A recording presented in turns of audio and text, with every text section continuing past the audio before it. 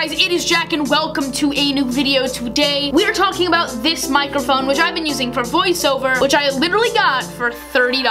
This is the Cad Gxl 2400 USB microphone, and as I said, it costs $30 on Amazon. It came with the mic as well as this shock mount, which is nice for when you're like kind of moving it around. It gets rid of all of the shake. And then it also came with this little mini tripod stand, which I'm not really a fan of, and that's just because then I have to bend down to do voiceover. But despite some of its shortcomings, this thing cost only $30. So, is it worth it? Well, for starters, let's talk about build quality. As far as the mic itself, this thing feels very premium. It's heavy and nice and metal. This is not plastic. And you can see based on this icon here, it's got a super cardioid pickup pattern, which means it takes in audio from the front as well as the sides and a little bit on the back. But it's not an omnidirectional microphone, meaning it picks up sound from all the way around, but you can't really expect that kind of stuff in a mic this cheap. As far as the shock mount, it's not the nicest thing ever, but it's definitely as good as it's gonna get, since shock mounts are never going to look that good to begin with. And then with the mini tripod, again, I'm not really a fan of it, but as far as the build quality of the tripod itself, it's actually really nice. But I know what you all are thinking. This might be great build quality, look super awesome, and have a great price, but if the sound quality sucks, that's a deal breaker. So let's try it out. So right now you're listening to my Rode Video Mic Go, which I use for all of these sit-down videos. It's a pretty standard mic and it costs $100. So now you're listening to the Cad Gxl 2400 USB microphone, also known as the cheap one. And as you can tell, it sounds really good, not very tinny, something I wouldn't really expect for a microphone this cheap. There's also not a lot of background noise. As you can tell when I stop talking, let's get right into the news. It's virtually silent. So as you can tell, this thing sounds pretty good. It's a little bit quiet, but luckily inside of Final Cut Pro or iMovie, you can adjust the gain. So what I did is I just brought it up, I think +5 or +6, and it kind of amplifies the sound. It makes it sound a lot more rich and clear, and honestly, this thing sounds awesome. And I know one of its #1 competitions is the BM800, which I believe I've talked about on this channel before. It's kind of the #1 kind of go-to cheap mic, but what sets this thing apart from the BM800 is that it's actually a USB mic, similar to something like a Blue Yeti or Blue Snowball, which are both nice, premium, and expensive mics. And what's nice about the USB connection is that you can plug it directly into your Mac. With the BM800, you're going to need an audio interface which supplies phantom power, meaning you're going to need to buy some sort of sound board that you can plug it into, which is going to cost a ton of extra money, and the full kit is going to cost a lot more than $30. And while the sound quality is pretty comparable between the two, considering that this thing is 100% plug and play and you're not going to need anything but the mic itself, this is a much